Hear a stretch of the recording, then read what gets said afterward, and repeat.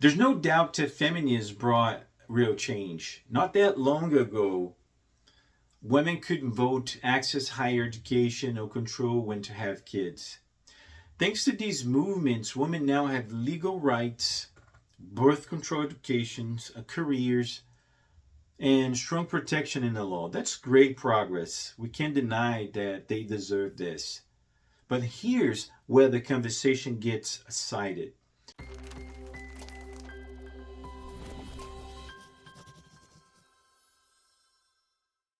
Today, in many areas like child custody, for example, men are often at the mercy of whether the woman allows the father to be involved. When couples split, courts across the country still tend to side with the mother. No matter how involved or capable the father is, the choice is always the mother.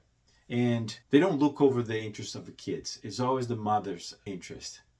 Let's also talk about some numbers. Men account for over 70% of suicides.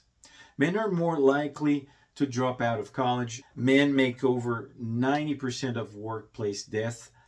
Men face higher incarceration rates. Yet, we rarely hear outrage about these facts.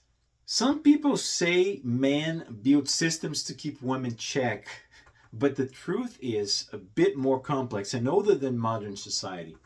Historically, men and women had different roles because of biology, not because social engineering. Women carried and cared for children, men hunted, protected, built, and faced danger.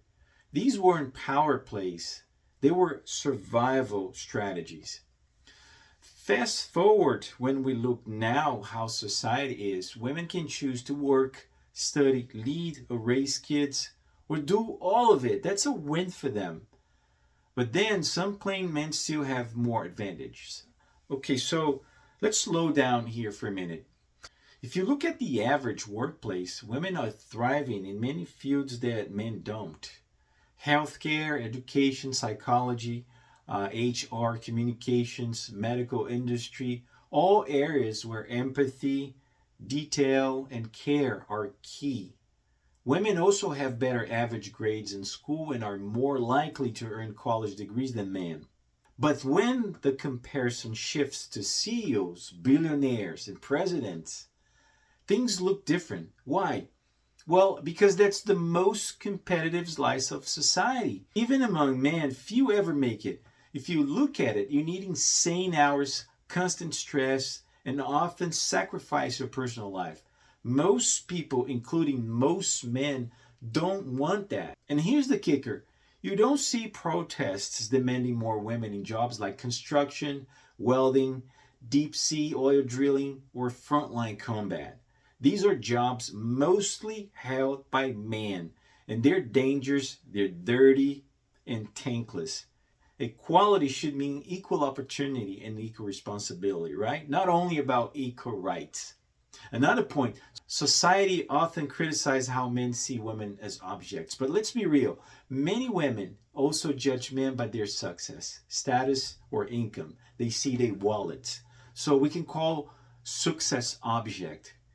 If we're going to talk about objectification, we need to talk both ways. And what about violence? You might think men are the aggressors and women are the victims.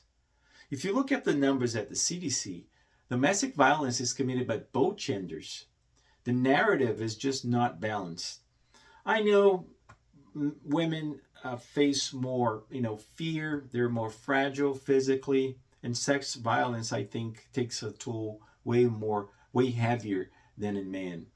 And women are affected more, indeed, often more seriously. But there's what we don't talk about. Men are victims too. They often suffer in silence. Many men don't report abuse. They're afraid of not being believed or being laughed at. And of course, there's this idea that, real men can be victims. And even when they report it, they might be once arrested, even if they were defending themselves. It's a tricky game, That silence hides a lot of what's really going on. So the narrative, it's really imbalanced. Women deserve protection, absolutely, no question about it. But we also need to recognize and acknowledge that domestic violence isn't a man issue, it's a human issue. Some people call our world, our society, patriarchy, like men are running a secret club to keep women down.